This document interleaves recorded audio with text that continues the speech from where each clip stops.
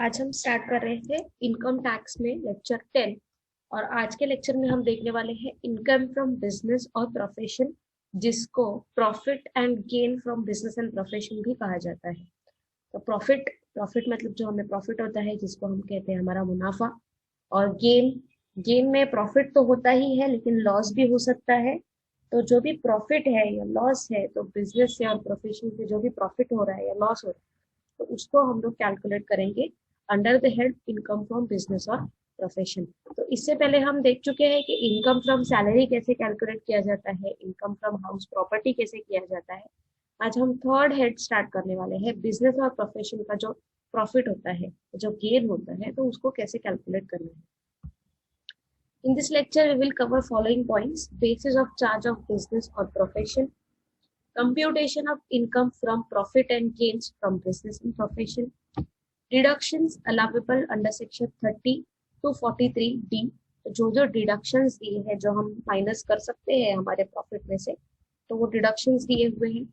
Amounts not deductible, कौन से ऐसे अमाउंट्स हैं जिसको हम डिडक्ट नहीं कर सकते हैं, और कुछ केस स्टडीज हम देखेंगे आज के लेक्चर में।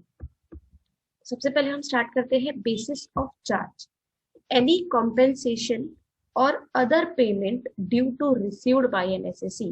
तो एसएससी जो भी कंपेंसेशन रिसीव कर रहा है या कोई और पेमेंट रिसीव कर रहा है for loss of agency due to termination और modification of terms and conditions of such agency.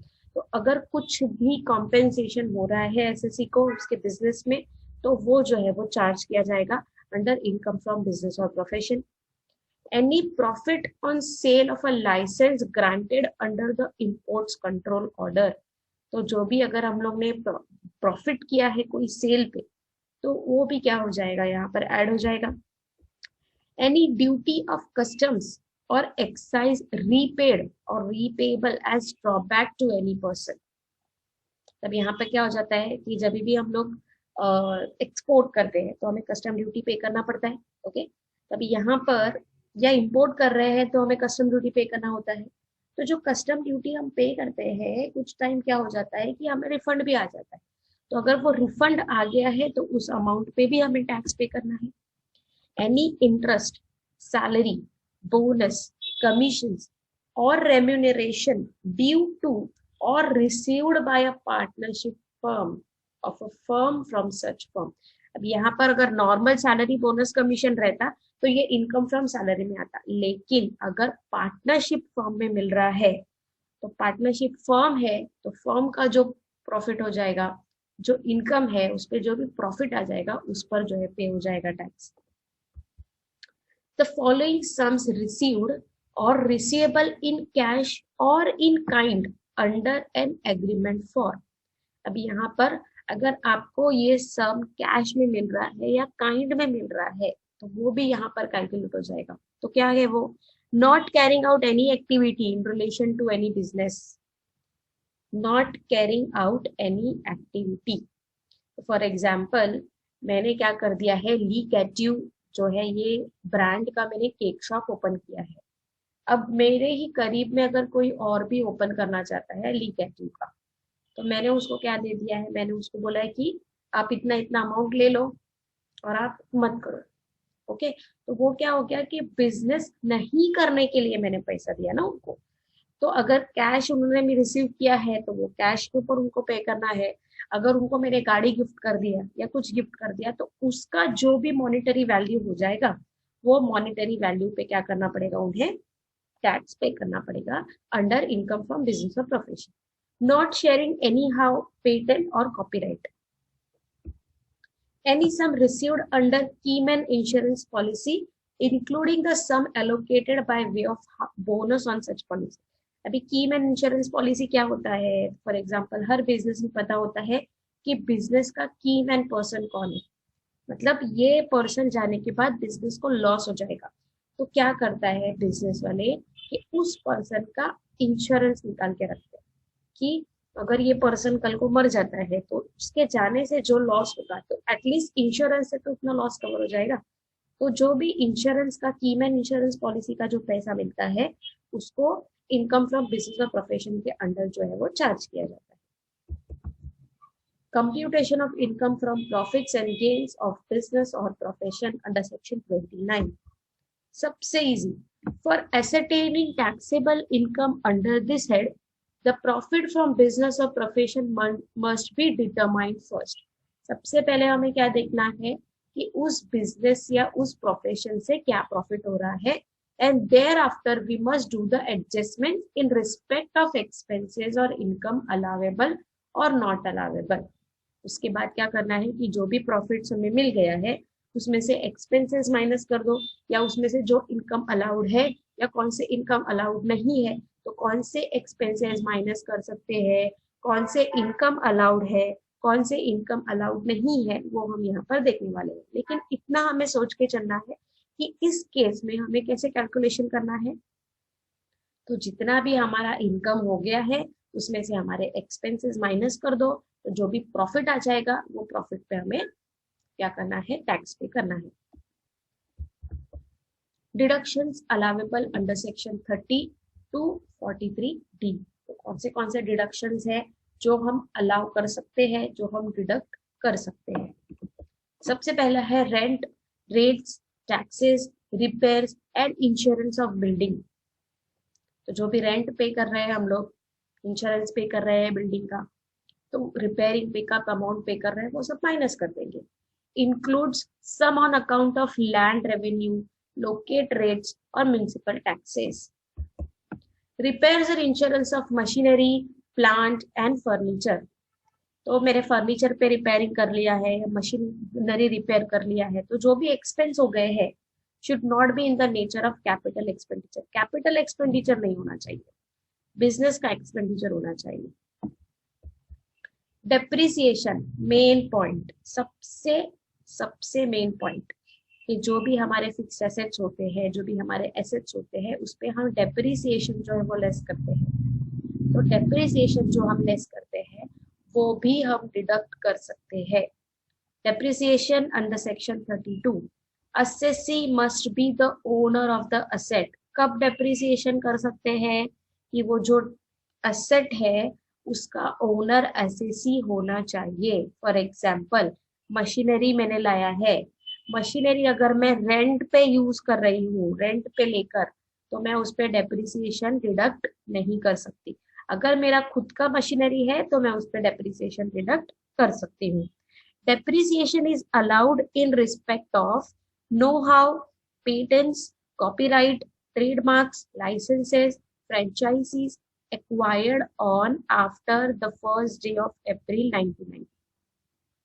अगर पेटेंट या कॉपीराइट या ट्रेडमार्क हमने 1 अप्रैल 2019 के बाद लिया है तो उस पर डेप्रिसिएशन चार्ज कर सकते हैं। लेकिन उससे भी पहले का अगर मेरा कॉपीराइट या पेटेंट है तो उस पर हम लोग डेप्रिसिएशन चार्ज नहीं कर सकते। Building not owned by him but in respect of which the assessee holds a lease। खुद का नहीं है बिल्डिंग, लेकिन उसका लीज किया हुआ है, लीज पे लिया हुआ है बिल्डिंग, बहुत साल पुराना है और उस पे लीज किया हुआ है।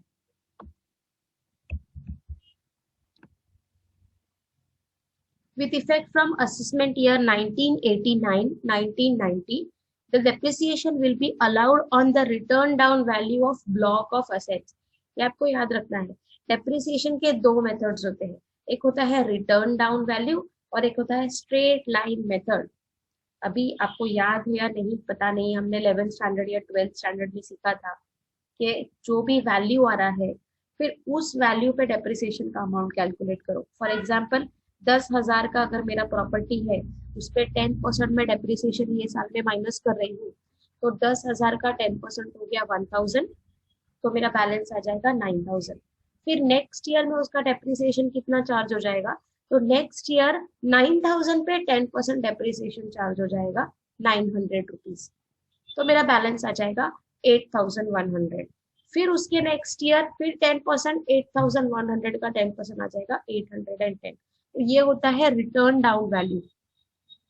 लेकिन अगर स्ट्रेट लाइन मेथड होता है तो 10,000 पे हर साल डेप्रिसिएशन 1,000 ही डिडक्ट होगा, तो होता है स्ट्रेट लाइन मेथड। तभी यहाँ पर हमें डेप्रिसिएशन का जो कैलकुलेशन है उसको रिटर्न डाउन वैल्यू पर ही लेना है और वो भी ब्लॉक ऑफ असेट पे, एक एक असेट पे नहीं, यहाँ पर ब्लॉक ऑफ असेट्स बना के दिए हुए हमें, उसके हिसाब से ही हमें डेप्रिसिएशन चार्ज करना है। Block of assets means a group of assets falling with in a class of assets being building, machinery, plants, marks etcetera. तो 4 ब्लॉक दिए हुए हैं, building, machinery, plants, marks, in respect of which the same percentage of depreciation is prescribed। तब यहाँ पर जैसे building है तो अलग अलग जगह का बिल्डिंग है, तो उसका एक ही वैल्यू करके हमें उस पर कैलकुलेट करना है।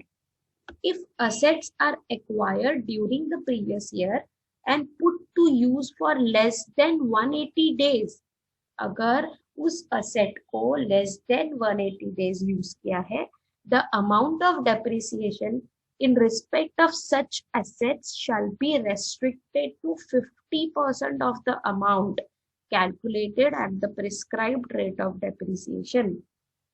मतलब अगर हमने किसी प्रॉपर्टी को या किसी फिक्स्ड एसेट को 180 डेज से कम यूज किया है तो हम उस पे पूरा डेप्रिसिएशन नहीं लगा सकते, हमें उस पर 50% डेप्रिसिएशन लगाना होगा। फॉर एग्जाम्पल, एक मशीनरी है, परचेज किया मैंने 1 अक्टूबर 2020 को, मेरा ईयर स्टार्ट हो गया था 1 अप्रैल 2020 को, और मैंने वो मशीनरी परचेज किया 1 अक्टूबर 2020 को, तो लेस देन 180 डेज हो गया। लेस जैसे अक्टूबर, नवंबर, दिसंबर, जनवरी, फरवरी, मार्च, तब यहाँ पर 1 अक्टूबर को लिया है ना मैंने 6 मंथ्स के बाद, तो लेस देन 180 डेज हो गया, तो उसके ऊपर हाफ डेप्रिसिएशन लगेगा। लेकिन अगर सेम मशीनरी मैंने परचेज किया हुआ था 1 मई को या 1 अक्टूबर से पहले, पकड़ लो 30 सितंबर के पहले, अगर मैंने उसको परचेज किया होता तो मोर देन 180 डेज हो जाता, तो उस पर फुल डेप्रिसिएशन चार्ज किया जाता। इस तरह डेप्रिसिएशन का आप सिंपल एक याद रखेंगे कि अगर 1 अप्रैल से 30 सितंबर तक के बीच में डेप्रिसिएशन परचेज किया हुआ है 30 सितंबर तक के, तो पूरे साल का डेप्रिसिएशन। 30 सितंबर के बाद परचेज किया है, फिर चाहे आपने जनवरी में परचेज किया है, चाहे आपने मार्च में परचेज किया है, चाहे आपने फरवरी में परचेज किया है, आपको हाफ डेप्रिसिएशन ही कैलकुलेट करना है। The return value of short assets shall be determined as follows। Short asset का कैसे करेंगे? Aggregate the return down value of all the assets falling within that block of asset at the beginning of the previous year। सबसे पहले क्या करना है कि जैसे हमने ब्लॉक ऑफ एसेट देखा, एक बिल्डिंग है, तो सारे बिल्डिंग का एक ब्लॉक बना लिया और उसका एग्रीगेट वैल्यू निकाल ली, ठीक है। Make the additions to the above aggregate value in respect of any asset falling in that block which was acquired during the previous year। सबसे पहले सारे उसको ऐड कर देंगे। Deduct the amount of monies receivable together with the scrap value if any in respect of any asset falling in that block which was sold। अगर कोई उसके अंदर से सोल्ड हो गया है, बेच दिया है, तो उसका जो स्क्रैप वैल्यू वो डिडक्ट कर दो। और discarded, demolished, destroyed during the previous year. तो अगर सपोज मैंने मेरे एसेट में से 10,000 का जो है वो फर्नीचर बेच दिया, तो जब हम ब्लॉक ऑफ एसेट बनाएंगे तो उसमें से ये 10,000 को माइनस कर देंगे, बिकॉज उतना एसेट अभी हमारे पास में है ही नहीं, डिस्कार्ड हो गया है, डिमोलिश हो गया है, सेल हो गया है, डिस्ट्रॉय हो गया। तो ऐसे अगर केसेस है तो उसके अमाउंट को क्या करना पड़ेगा, हमें डिडक्ट करना पड़ेगा। यहाँ पर हमने दिखाया ब्लॉक ऑफ एसेट, तो सबसे पहले यहाँ पर सीरियल नंबर 1 में लिया हुआ है असेट, इंटेंजिबल असेट का। तो इंटेंजिबल असेट मतलब patents, copyrights, licence, trademarks etcetera. तो अगर ये 1 अप्रैल 1999 के बाद का लिया हुआ है तो उसके ऊपर 25% जो है डेप्रिसिएशन चार्ज किया जा सकता है। सेकंड में टेंजिबल असेट्स का ब्लॉक है, जिसमें पहला लिया है उन्होंने बिल्डिंग्स। अभी बिल्डिंग्स में भी आपको कैसे करना है, 5%, 10% और 40% है। अगर रेसिडेंशियल पर्पस के लिए बिल्डिंग लिया है तो उस पर 5% interest, sorry 5% depreciation. Non residential buildings है तो उस पर 10% डेप्रिसिएशन। और building acquired on after 1 September 2002 for installation of water supply, treatment project machines used for business purpose, temporary structure like wooden structure, तो ऐसा बिल्डिंग है तो उस पे 40% डेप्रिसिएशन चार्ज होगा। सेकेंड है furniture, all furniture including electrical fittings, electrical fittings के साथ में फर्नीचर पे 10% डेप्रिसिएशन। ये आपको बहुत अच्छे से समझ के लेना है, बिकॉज आपको डेप्रिसिएशन हर साल डिडक्ट करना ही होता है अपने बिजनेस से। नेक्स्ट है प्लांट एंड मशीनरी एज पर section 3 subsection 3। Plant and machinery, motor car, scooter, truck, bus, motorcycle, AC, surgical equipment, ये सारे इक्विपमेंट्स पे 15% डेप्रिसिएशन है। Inland vessels and ocean going ships, तो समंदर में जो शिप्स जाती है ना, उस पर थोड़ा ज्यादा होता है डेप्रिसिएशन का रेट, तो उसका डेप्रिसिएशन का रेट है 20%। Bus, taxi, lorry used in business of running them on hire, mold used in rubber and plastic industry, machines used in semiconductor industry, तो उस पे 30% डेप्रिसिएशन है। Aircrafts and arrow engines, life saving medical equipments, 40% depreciation. Glass and plastic containers used as refills. Textile machinery acquired under Technology Upgradation Fund Scheme during 1st April 2001 to 31st March 2004. तो अगर ऐसे कोई machinery है textile machinery, तो उस पर 40% depreciation. Computers and books other than annual publication for professional use, gas cylinders, furnace, burners, mineral oil concerns, तो उस पे 40% depreciation. Energy saving devices, 40% depreciation. Pollution control equipment for air, water, etc. Books in case of library business, 40%. अगर library का business है तो books पे 40% depreciation. यहाँ पर हमने ब्लॉक ऑफ एसेट्स देख लिया कि किस पर कितने परसेंट का डेप्रिसिएशन लगता है। नॉर्मली हमारा जो एसी वगैरह होता है ना, उस पे 15% डेप्रिसिएशन, कंप्यूटर सॉफ्टवेयर वगैरह होते हैं ना, उस पे 40% डेप्रिसिएशन। केस स्टडी में mister Kantilal owns the following assets on as on 31st March 2013. What will be the different block of asset? यहाँ पर उनके कुछ एसेट दिए हुए हैं, तो यहाँ पर हमें उनके ब्लॉक ऑफ एसेट बनाते हैं। जैसे बिल्डिंग एट मुंबई है, बिल्डिंग एट नासिक है, बिल्डिंग एट पुणे, तो बिल्डिंग बिल्डिंग बिल्डिंग, तो बिल्डिंग बिल्डिंग का एक ब्लॉक बन जाएगा। मोल्ड्स, मोल्ड्स आ जाएगा मशीनरी में, 50% डेप्रिसिएशन दिया हुआ है। Air conditioner 25% depreciation, pollution control equipments 50% depreciation, trademark और पेटेंट्स 25% डेप्रिसिएशन। तो उसके ब्लॉक बनाकर दिखाना है। तो ब्लॉक ऐसे बनेगा, क्लास ऑफ असेट पहला हो गया बिल्डिंग, तो अभी बिल्डिंग में से 10% वाला कौन सा हो गया, तो building at Mumbai, building at Pune, और 5% कौन सा हो गया, building at Nashik. For example अगर वो रेसिडेंशियल की यूज हुआ है तो उस पर 5% depreciation. Second class of asset हो गया प्लांट एंड मशीनरी, तो 50% वाले कौन से हैं, तो मोल्ड्स और पोल्यूशन कंट्रोल इक्विपमेंट्स हो गए 50% वाला ब्लॉक। बी ब्लॉक में हमने ले लिया एयर कंडीशनर। नेक्स्ट है क्लास ऑफ असेट में ट्रेडमार्क्स, ब्लॉक ए में आ गया 25% ट्रेडमार्क्स और 25% पेटेंट्स। ऐसे हमने एक ब्लॉक बना दिया जिसमें सेम जो है हमारे एसेट्स, उसको एक ब्लॉक में डालना है। बिल्डिंग वाले एक ब्लॉक में, मशीनरी वाले एक ब्लॉक में, इंटेंजिबल एक ब्लॉक में। Case study 2, machinery of Mr. Raman shows return down value of 50,000 on 1st April 2020. 1 अप्रैल 2020 को रिटर्न डाउन वैल्यू है 50,000, मतलब ओपनिंग बैलेंस है 50,000।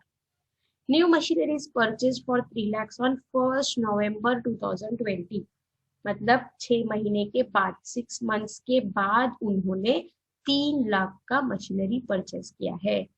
180 डेज से कम ही होगा तो उसके ऊपर डेप्रिसिएशन आधा ही लगेगा। Old machinery was sold on 1st May 2020, 1st May 2020 को ओल्ड मशीनरी बेच दिया, मतलब 6 महीने पहले ही बेच दिया, स्टार्टिंग के 6 महीने के अंदर ही बेच दिया। कैलकुलेट डेप्रिसिएशन, अगर उसका रेट 20% है तो for the previous year 2021। First case में अपने को डेप्रिसिएशन कैलकुलेट करने दिया है। सेकंड है In the above case, other details are the same except that the old machinery was sold for 60,000. तो फर्स्ट केस में ओल्ड मशीनरी हमारा जो सोल्ड हुआ है वो 40,000 के लिए हुआ है, और सेकंड केस में हमारा ओल्ड मशीनरी जो सोल्ड हुआ है वो 60,000 के लिए हुआ है। फर्स्ट देखेंगे हम, यहाँ पर रिटर्न डाउन वैल्यू हमारा आ गया 50,000। 50,000 में से मैंने सोल्ड कर दिया 40,000 का, तो बैलेंस कितना बच गया मेरा 10,000। अब परचेज कब किया है मैंने, परचेज किया है 1 नवंबर 2020 को 3 लाख का, तो मेरा टोटल बैलेंस कितना हो गया 10,000 प्लस 3 लाख लीव्स 3 लाख 10,000। अब इसमें से डेप्रिसिएशन कितना डिडक्ट होगा, तो सबसे पहले जो नया मशीनरी हमने लिया नवंबर में लिया है तो उसमें आधा ही होगा, तो 3 lakh into 20% into half, into 20% into half ले लो या 20% का आधा ले लो, डायरेक्ट 10% ही निकाल दो, तो ये इसका डेप्रिसिएशन हमारा आ जाएगा 30,000। अब जो हमारा बैलेंस है 10,000 का, उस पर डेप्रिसिएशन कितना निकलेगा, तो 10,000 इंटू 20% 2,000, तो डेप्रिसिएशन टोटल हमारा कितना हो गया 32,000। सेकेंड केस में रिटर्न डाउन वैल्यू सेम है 50,000, सोल्ड हो गया है 60,000 का। अब हो सकता है ना कि हम लोग 50,000 का मशीनरी 60,000 में बेच दिए, तो यहाँ पर मेरे पास में जिसका रिटर्न डाउन वैल्यू था 50,000 का, जरूरी थोड़ी है कि वो 50,000 का मशीनरी मैंने परचेज किया था और उतना ही बेच दिया है, मेरे पास तो बैलेंस बचा है ना 50,000 का, और मैंने 60,000 में सेल कर दिया है, तो मेरा बैलेंस कितना बच गया 10,000 निगेटिव। परचेज कर लिया मैंने 3 लाख का, तो अब मेरे पास बैलेंस कितना हो गया, ऑलरेडी पहले का निगेटिव था तो बैलेंस हो गया 2,90,000। तो डेप्रिसिएशन किसी पे चार्ज हो जाएगा 2,90,000 पे, 3 लाख पे नहीं। तो 2,90,000 का 20% फॉर हाफ ईयर या हाफ डेप्रिसिएशन 29,000। और ओल्ड का तो कुछ बचा ही नहीं ना हमारे पास बैलेंस, तो ओल्ड का यहाँ पर डेप्रिसिएशन कैलकुलेट नहीं होगा, लेला जाएगा। Unabsorbed depreciation under section 32 subsection 2, when profit earned by a business or profession is not sufficient to absorb the amount of depreciation allowance, तो depreciation allowance को absorb करने के लिए मेरे पास उतना profit ही नहीं बचा है, this amount can be deducted from other heads of income for same assessment year।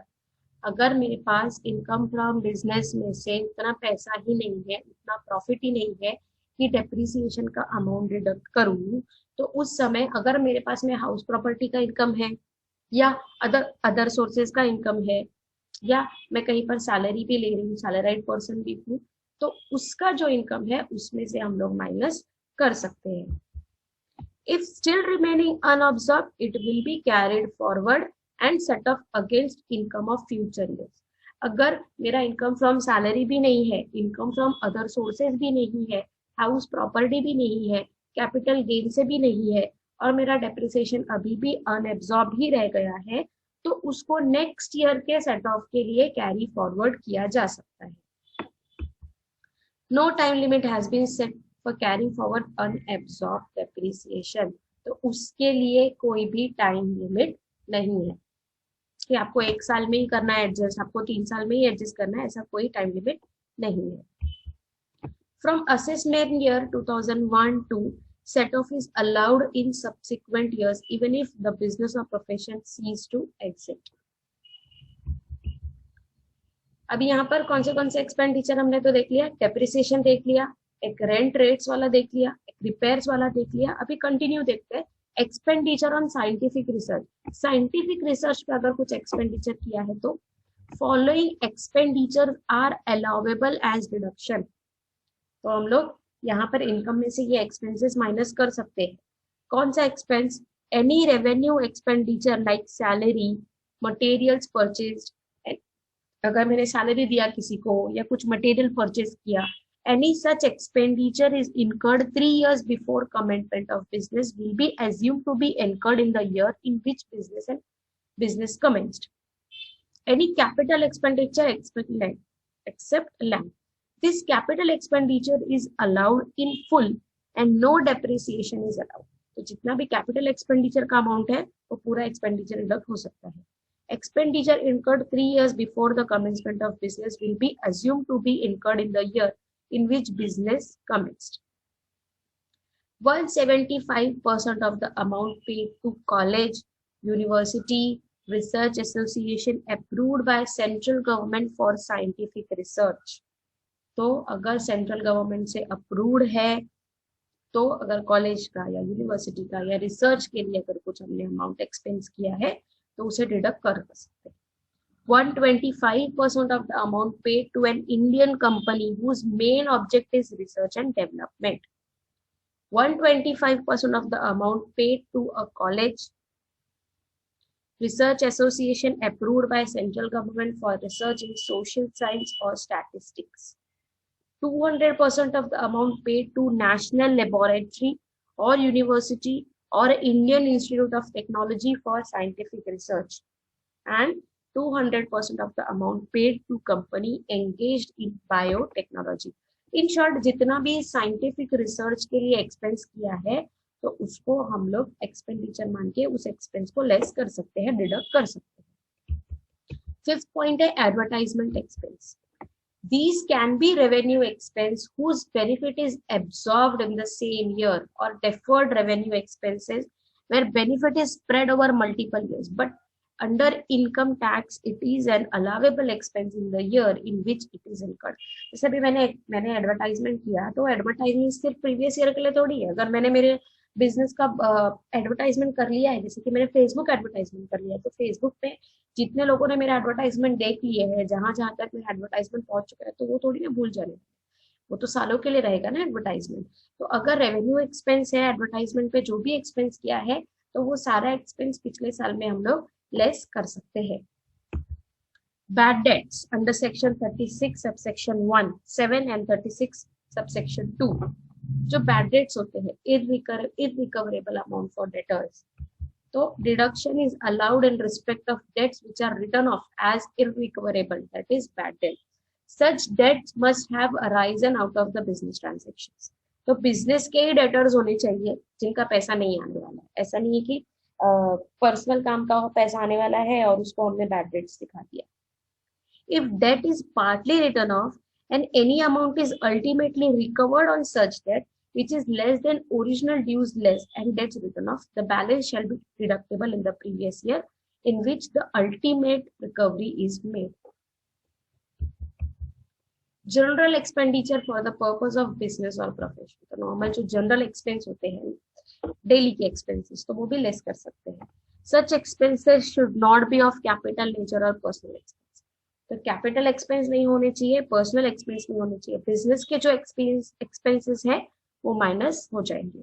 Expenditure incurred for the purpose of offence और prohibited by law shall not be allowed. अगर कुछ केस चल रहा है उसके अगेंस्ट लॉ में, तो उसके ऊपर जो एक्सपेंस किया है वो अलाउ नहीं है. Other expenses are allowed. Purchase of materials, royalty पे किया है, freight, carriage, wages, salaries, pension, जो भी दिया है एम्प्लॉइज को, लेस कर सकते हैं. Premium for insurance against loss of profit, वो भी हम क्लेम कर सकते हैं. Technical fees, legal fees, loss due to theft, loss on sale of investment, तो जो लॉसेस हो गए वो माइनस कर सकते हैं. एम्बेजलमेंट ऑफ कैश, डिस्काउंट दिया है, स्टाफ के पीछे खर्चा किया है, ट्रैवलिंग का खर्चा किया है, फीस पे किया है, टेलीफोन एक्सपेंस पे किया, इलेक्ट्रिसिटी बिल पे किया, कमीशन पे किया, ऑडिट फीस दिया, डायरेक्टर को रेम्यूनरेशन दिया, प्रोफेशनल टैक्स पे किया, दिवाली का स्वीट्स बांट लिया, दिवाली के गिफ्ट्स दे दिए, तो वो सारे एक्सपेंस जो जनरल एक्सपेंस होते हैं वो लेस कर सकते हैं. Provision for sales tax payable, expense on registration of trademarks, trademark का रजिस्ट्रेशन किया है तो जो खर्चा हुआ वो भी पे कर सकते हैं, लेस कर सकते हैं. Cash shortage found in business at the end of the day, expenditure on special advertisement campaigns at the end of opening of branches, training of employees, training के पीछे अगर खर्चा किया है, आजकल ऑनलाइन ट्रेनिंग की सब लोग ले रहे हैं, तो ऑनलाइन ट्रेनिंग अगर एम्प्लॉय को अपग्रेड करने के लिए ट्रेनिंग के लिए भेज दिया, तो उसके लिए फॉर एग्जांपल जीएसटी आने के बाद अकाउंटेंट को भेजा रहेगा जीएसटी की ट्रेनिंग के लिए, तो ट्रेनिंग पे जो खर्चा कर दिया वो माइनस कर सकते हैं बिजनेस में से. Compensation paid to employees in order to dismiss him, अगर किसी एम्प्लॉय को निकाल दिया, उसको कॉम्पेंसेशन दे दिया, कॉम्पेंसेशन लो और निकलो. फायर कर दिया है तो कॉम्पेंसेशन भी हम लोग लेस कर सकते हैं। Loss by fire, white ants, sales tax, excise duty, तो जो भी पेमेंट किए हैं, जो भी जनरल एक्सपेंसेस है, सारे जनरल एक्सपेंसेस जो है वो डिडक्टेबल है। एक्सपेंसेस नॉट डिडक्टेबल, कौन से ऐसे एक्सपेंसेस डिडक्ट नहीं कर सकते? डोनेशंस, जैसे मैंने डोनेशन दे दिया तो वो तो मेरा जनरल एक्सपेंस नहीं ना, नॉर्मल एक्सपेंस नहीं है, तो वो डिडक्टेबल नहीं है। Charity and presence, income tax, advance income tax, wealth tax, estate duty, अगर मैंने इनकम टैक्स पे किया है उस साल का तो वो हम माइनस नहीं कर सकते। Legal expenses to defend criminal liability, जैसे कि मैंने बताया कि कोई केस चल रहा है बिजनेस पे और उसका एक्सपेंस हो रहा है, उसको आप माइनस नहीं कर सकते हो boss. Fines, penalty resulting from contravention of law, for example penalty charge हो गया, आपको जीएसटी का रिटर्न फाइल नहीं किया 6 महीने का, पेनल्टी चार्ज हो गया, तो आपको उसको आप माइनस नहीं कर सकते। Drawings by the proprietor including self use of goods, proprietor ने अगर अगर प्रोप्राइटरशिप फर्म है और प्रोप्राइटर ने पर्सनल यूज के लिए कुछ निकाल लिया, पैसा निकाल लिया या कुछ सामान निकाल लिया बिजनेस से, या कोई एसेट निकाल लिया, तो उसके लिए आप उसको माइनस नहीं कर सकते। इंटरेस्ट ऑन कैपिटल माइनस नहीं कर सकते। सैलरी टू प्रोप्राइटर माइनस नहीं कर सकते, प्रोप्राइटर को सैलरी दिया है तो माइनस नहीं कर सकते, एम्प्लॉइज को सैलरी दिया है तो डिडक्टेबल है। Depreciation in excise in excess of prescribed limits, जो लिमिट दिया डेप्रिसिएशन का, इतने अमाउंट पे आपको इतना रेट निकालना है, ज्यादा निकाला है not allowable. Expenses of capital nature, अगर कैपिटल एक्सपेंस है तो उस पे भी हम लोग नहीं कर सकते। Expenditure on advertisement under section 37 2B, any expenditure in any brochure, pamphlets, etc. published by a political party will not be allowable as deduction. अगर पॉलिटिकल पार्टी ने ब्रोशर छापा है, पैम्पलेट छापा है, तो वो अलाउेबल नहीं है। अमाउंट्स नॉट डिडक्टेबल, कौन से अमाउंट्स है जिसको डिडक्ट नहीं किया जा सकता? इन केस ऑफ एनी असेसी, अगर किसी असेसी का आप कर रहे हो, किसी इंडिविजुअल का कर रहे हो, any interest, royalty, etc. payable outside India to a non-resident, not being a company, or to a foreign company on which tax is not deducted at source or after deduction has not paid before the expiry of the prescribed time, will not be allowed as deduction. India के बाहर किसी से कुछ करवा के लिया है, उसको इंटरेस्ट दिया है, रॉयल्टी दिया है, उस पर टीडीएस नहीं काटा, गवर्नमेंट को टीडीएस नहीं पे किया, तो असेसी उसको उसका डिडक्शन नहीं ले सकता। But if tax is paid और deducted at source in a subsequent year और has been deducted in the previous year but paid in any subsequent year, such sum shall be allowed as deduction in the previous year in which such tax is paid or deducted. अगर tax पे किया है, जैसे मैंने TDS काटा है उसका, मैंने पे किया है, ये साल में पे किया है या पिछले उससे पहले पे कर दिया है, तो वो टाइम पे हम लोग उसको लेस कर सकते हैं। Any interest, commission etcetera payable to resident on which tax is deductible at source, such tax has been deducted or after deduction has not been paid on or before the due date for filing the income tax returns. अगर किसी resident का कुछ expense है, interest है या commission उसको दिया है, उस पर टीडीएस नहीं काटा है या टीडीएस काट लिया है लेकिन टीडीएस का अमाउंट गवर्नमेंट को नहीं दिया है, तो वो भी अमाउंट हम लोग लेस नहीं कर सकते। Any salary paid outside India और to a non resident in India on which no tax has been paid और डिडक्टेड एट सोर्स, तो अगर इंडिया में रहे, नॉन रेसिडेंट इंडिया रहे और उसके अमाउंट पे उसको सैलरी दिया है लेकिन उसकी सैलरी पे टीडीएस नहीं काटा है, तो याद रखो इंटरेस्ट हो चाहे रॉयल्टी हो, आउटसाइड इंडिया हो, इंटरेस्ट और कमीशन हो, इंडिया के अंदर का बंदा हो, इंडिया के बाहर वाले को सैलरी दिया है, अगर टीडीएस नहीं काटा है या टीडीएस काटा है लेकिन टीडीएस गवर्नमेंट को नहीं पे किया है, तो उसका डिडक्शन हम नहीं ले सकते। ये हो गया इन case of SSC. In case of firm, अगर फर्म है तो रेम्यूनरेशन टू पार्टनर, पार्टनर को जो रेम्यूनरेशन दिया है ना उस पे, payment of salary, bonus or remuneration to partner is allowed as deduction provided it does not exceed the ceiling and it has been provided in the partnership deed. जैसे partnership deed में दिया है कि 50-50% ही ये लोग लेंगे, तब जो 50% के भी ऊपर जा रहा है अमाउंट, तो वो उसका हम लोग लेस नहीं कर सकते. Such payment is only allowed to a working partner. Maximum remuneration allowed as deduction is in case of loss or book profit up to 3 lakh for the year, 150% or 90% of book profit whichever is more. तो 3 लाख का अगर profit है तो 1.5 लाख, नहीं तो 90% of book profit which ever is more, दोनों में से जो बड़ा है उसका ही हम लोग डिडक्शन ले सकते हैं. और in case of book profit exceeding 3 lakh के ऊपर है तो 60% of the excess over 3 lakhs. Interest to partners, पार्टनर्स को जो रेम्यूनरेशन मिल गया वो तो देख लिया. अगर पार्टनर्स को इंटरेस्ट मिल रहा है, while computing income of the firm, any payment of interest to the partners on their capital is allowed as deduction if it is authorized by the partnership deed and such interest does not exceed 12% simple interest, the excess amount is disallowed. तो अगर interest जो भी उसका capital है उसका 12% तक के interest, 12% interest हम लोग ले सकते हैं, उसके ऊपर का है तो उसके ऊपर अलाउ नहीं. If amount is disallowed to the firm, such amount will not be chargeable in the hands of the partners. In case of association of persons under section 40B, any payment of interest, salary, etc. made to association of person to the members shall not be deductible from the profits or gain of the business or profession of such body of individual or association of person. Expenses or payments not deductible in certain circumstances. So ऐसे कुछ circumstances है जिसमें expenses या payments को हम deduct नहीं कर सकते. तो यहाँ पर है payment to certain persons which are unreasonable or excessive expenditures. Any payment made to following person if found excessive or unreasonable. Unreasonable है, ऐसे ही without reason दिया गया किसी को पैसा. Relative of the assessee who is an individual, director, partner, member or their relative if assessee is a company or a firm or AOP or HUF, any other person who is having substantial interest in the business or profession of the assessee or the relative of such substantially interested person. Payments exceeding 20,000 made otherwise than by cross check or draft under section 40A subsection 3 and 40A subsection 4. The disallowance is in respect of 100% of such expenditure. The disallowed amount pura 100%.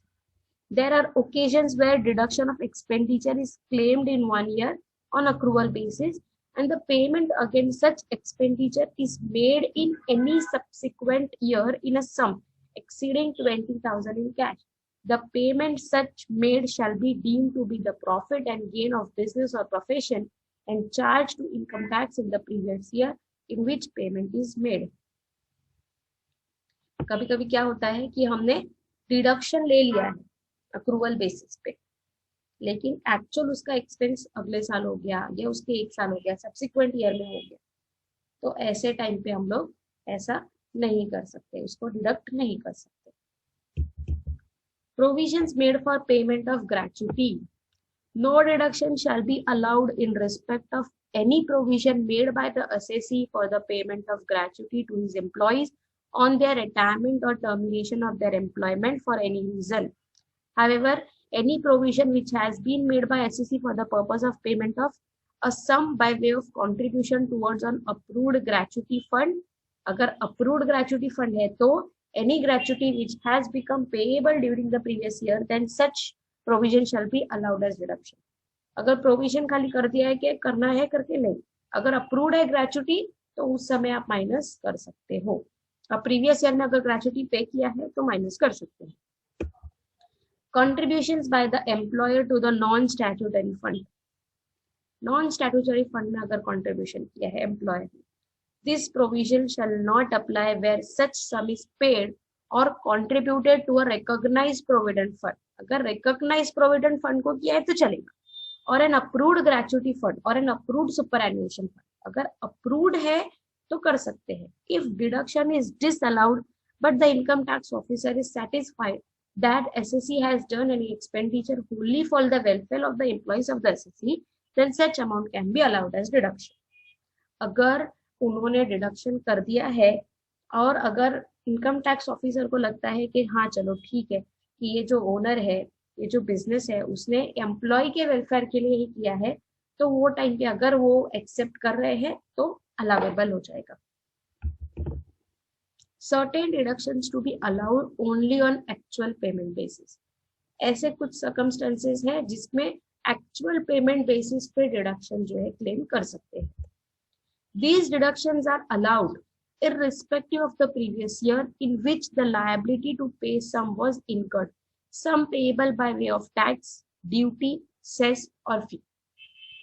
Tax पे किया है, duty पे किया है, cess पे किया है, फी पे किया है. Any sum payable by employer by way of contribution to any provident fund, superannuation fund or any other fund for welfare of employees. अगर एम्प्लॉइज की भलाई के लिए किया है तो कर सकते हैं. पेमेंट बेसिस पे पेमेंट हुआ है तो डिडक्ट कर सकते हैं. Any sum payable by employer as bonus or commission to employees for services rendered. Bonus दे दिया है या कमीशन दे दिया है तो वो डिडक्ट कर सकते हैं. Any sum payable as interest on any loan or borrowings from any public financial institution or scheduled bank. Interest है कर सकते हैं. Any sum payable by an employer in lieu of leave at the credit of his employee. तो leave salary अगर बचता है employ का और लीव सैलरी पे किया है तो उसको हम लोग पेमेंट किया है तो उसको डिडक्ट कर सकते हैं. In case of such payments outstanding during the previous year but are paid before the due date of filing the return of income, the same will be allowed on accrual basis and not on payment basis if evidence of such payment is submitted along with the return of income. अगर evidence है accrual basis पे कि हाँ पापा इतना payment करना है करके अप्रूव हो गया है इतना और हमने माइनस किया है तो एविडेंस है तो कर सकते हैं. However, if any sum payable by the SSE as interest on loan or borrowings or advance is converted into loan or borrowing or advance the interest so converted and not actually paid shall not be deemed actually paid or not allowed as deduction in computation of income. तो यहाँ पर आज हमने क्या किया है कि theory concept complete कर लिया है. अब नेक्स्ट लेक्चर में हम income from house property income from business और प्रोफेशन के कुछ केस स्टडीज देखेंगे. तो हमें केस स्टडी करने के बाद प्रॉपरली पता चलेगा कि कैसे कैलकुलेशन किया जाता है, कौन से एक्सपेंसेस अलाउ है, कौन से एक्सपेंसेस डिसअलाउड है, कौन से इनकम हमें ऐड करना है, कौन से इनकम्स ऐड नहीं करना है अंडर दिस. आज का लेक्चर मैं यहाँ पर वाइंड अप करती हूँ. Thank you.